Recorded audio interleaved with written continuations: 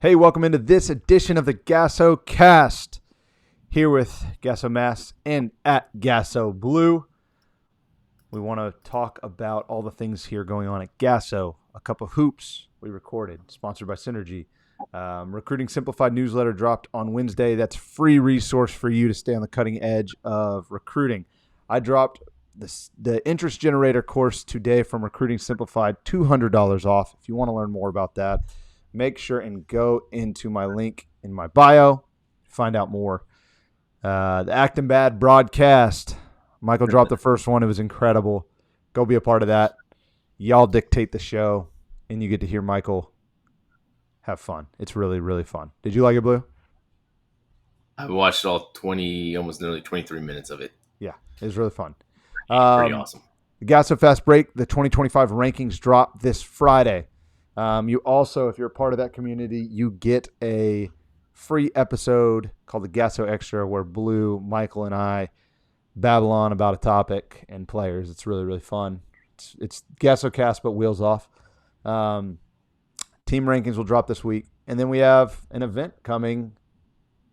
We got 2 events in the next 6 weeks. We got the GASO Next Gen March 3rd, so sign up for that if you're a 2026, 2027, 2028. And then we have King of the Court. What is that going to look like, Blue? Well, it's going to be a week after the final tip of the UIL State Finals. We're going to go right into it. And so we have a couple of cool things going on with that weekend, particular weekend of King of the Court. And so if you go to greatamericanshootout.com, go register. We'll have more information coming and thrown at you in the coming weeks. And it's going to kind of be just a fun weekend of what has Michael Timmons been saying of opportunities. Yep. And so we're looking forward to that. Yep. That'll be a lot of fun. We're excited to see kind of that new style in the scrimmage style. So that'll be fun. And then follow us on Twitter. Keep up. We're talking players. We're talking recruiting. We're talking just about everything. Blue's talking a lot of teams. Blue, you got a new show on deck. You want to mention it? GASO Confidential. Oh, I got a doozy that I'm working on right now. I mean, it's not going to be acting bad and trying to copy Timmons, because nobody can copy an original. Oh my goodness, go watch that show.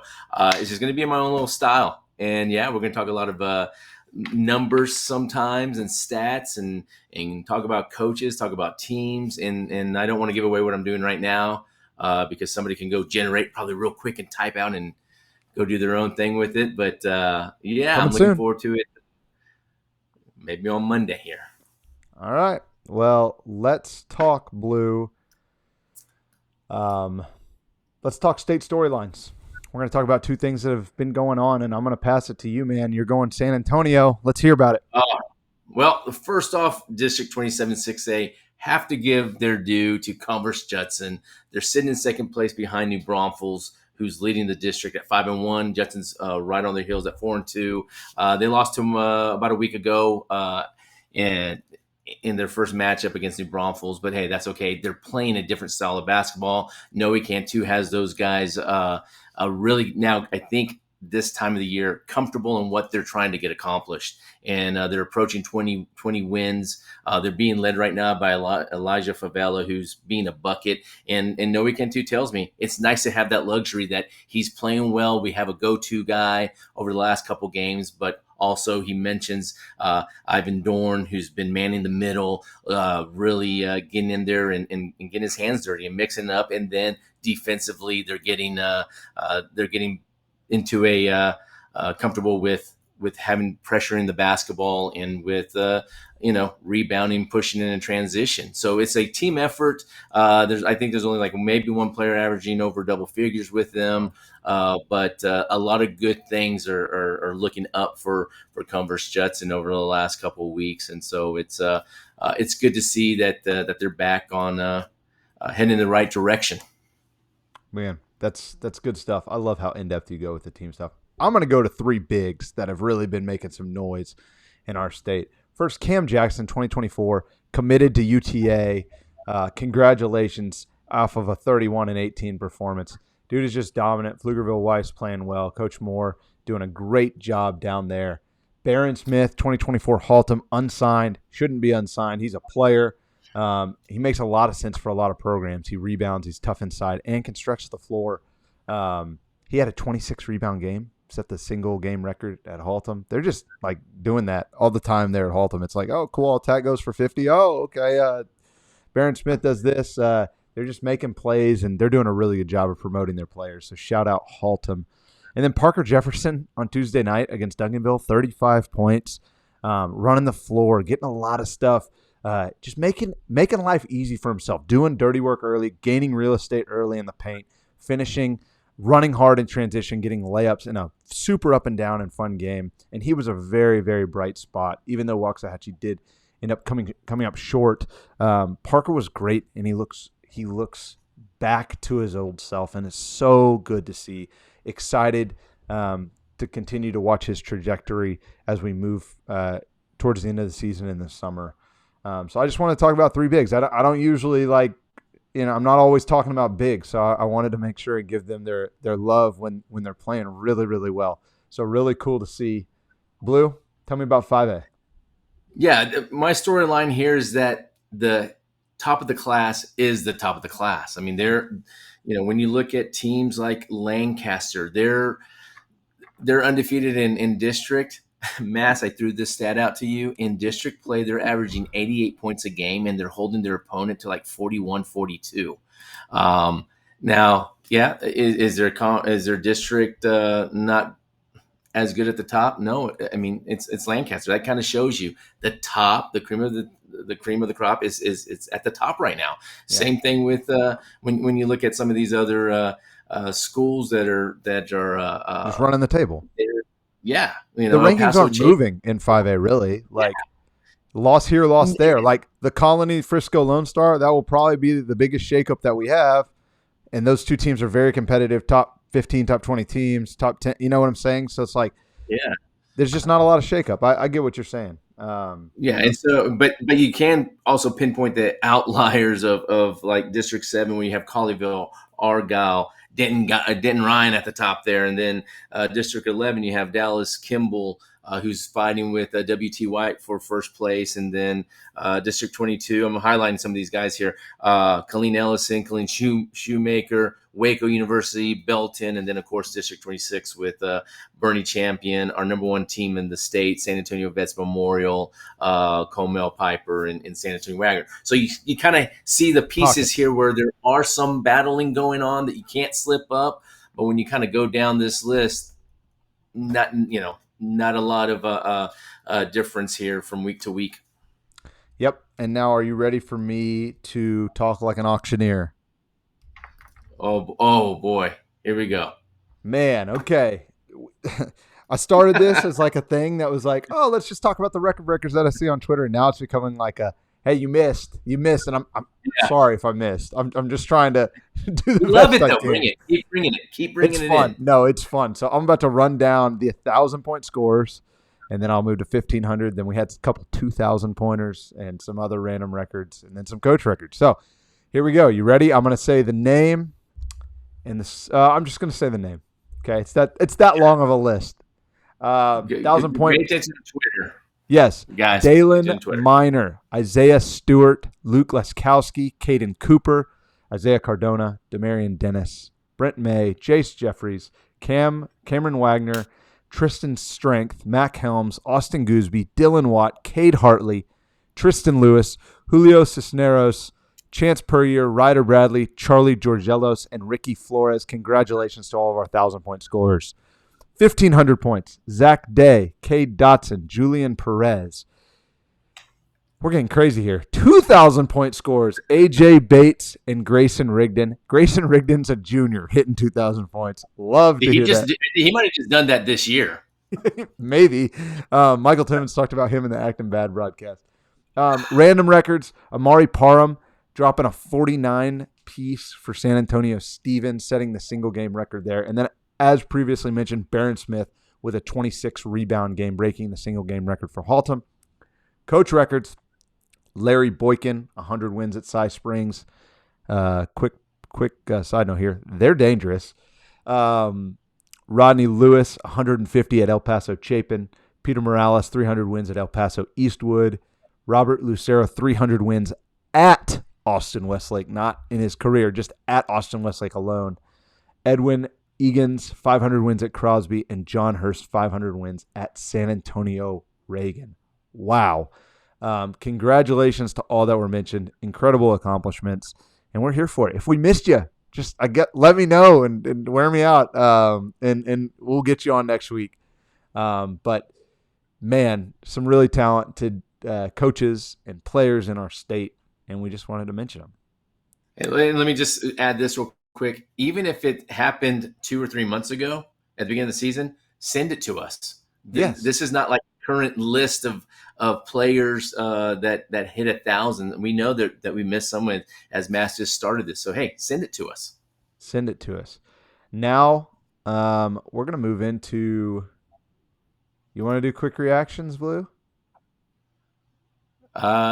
Sure. Let's do it. This is going to be live on the show, okay? And I'm going to kind of just – here's what I'll do. I got you, okay? Realignment happened today. Realignment? Let me type that in real quick. Realignment happened today, and I just want to talk about a couple things that just kind of popped out at me, okay? The first one, Oak Cliff Faith Family going to 5A. That is – it says elevated by request or policy. I don't know what that was, but I think that's really fun.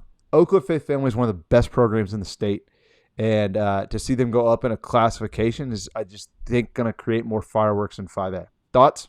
I'm trying to catch up to you. Thoughts on Oak Cliff Faith Family moving up? No. Well, tell me who else is in that district. I don't have that. Hold on. This is not scripted, guys. This is real. Well, first off, we don't know if it was the policy or if they asked to move up. There was a policy in place. Don't quote me on this. The reason why they were in 4A, they had to be in the largest district that was in a certain mile of the zip code or something. I know probably there's a lot of football guys out there that could probably tell us if they're in here watching some basketball, but it's something along those lines. I'll find out if they requested it or if it was just a policy that the UIL, put in.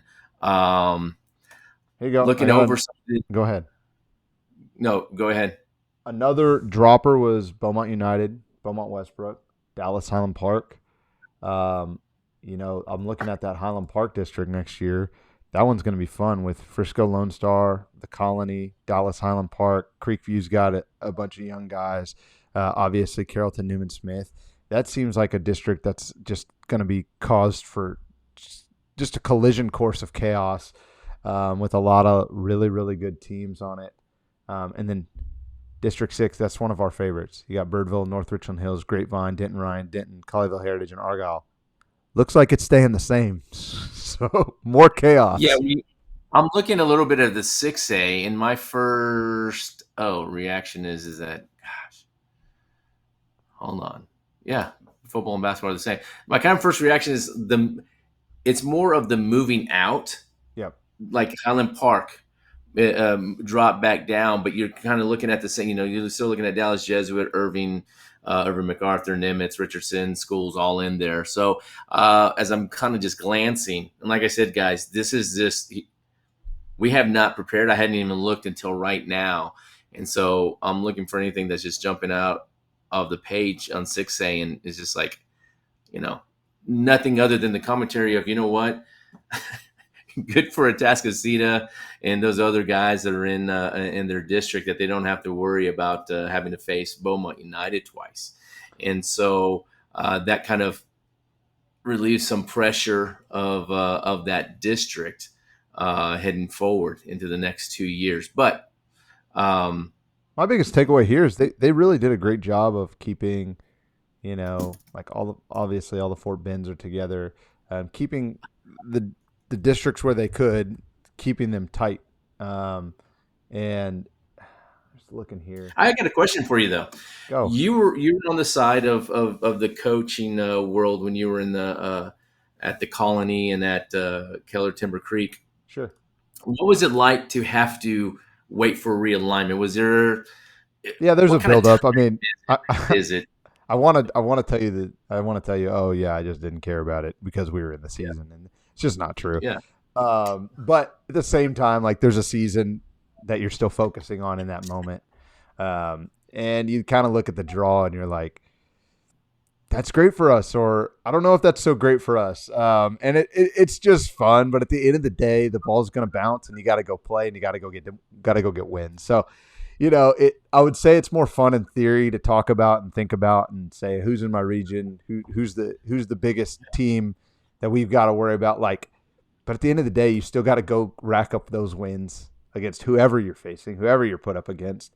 But sometimes you get the lucky break and you look and you're like, let's go do this thing. I don't know. I always remember doing it with Cleve at the Colony. It's like we got to focus, but like it's more. We talked some theory and we kind of had to like backpedal and be like, all right, we got to focus on this year. We got a game tomorrow. We got a game tomorrow. Yeah, so it's fun, but at the end of the day, like it's just not here yet. That's kind of where's my mindset. Buda Johnson. This is a few years ago. They're in the regionals or the regional finals in 5A. They get moved up, get thrown into a district with Westlake, Lake Travis, Austin Bowie. Now they're moving on to a new district that's going to have Judson, Steele, Clemens, San Marcos, which kind of makes sense with San Marcos and Buda Johnson being closer together. But kind of like that's the one team that's just like for the last, I don't know, over the past 3 years have been in 3 different districts. So that one real quickly kind of jumps out a little bit. And so and we'll have more to say as we study this. It's a little bit probably more interesting than anything else. What is? Say that again. 5A is more interesting. Yeah, just the movement, I guess, because you've got 6A teams who have been really good 6A teams going down to 5A, and then you got a 4A team coming up. I think it creates maybe a little more balance of power in 5A. I don't. Maybe it's not top heavy as you previously mentioned. We're gonna do our research and study this. Wait a minute, Mass. Okay, did you see Faith District 13 for Faith Family? The Dallas district plus them? I did. Yes. So they'll be there with SOC, and something that's kind of interesting here is where's Dallas Kimball? Hold on. And Lancaster. Lancaster's in 6A. Boom. Is Kimball? Holy cow. I don't see Kimball in, well, hold on. I'm looking on 6A right now. Dallas Kimball's moving to 4A. Nice call. Carter, Kimball.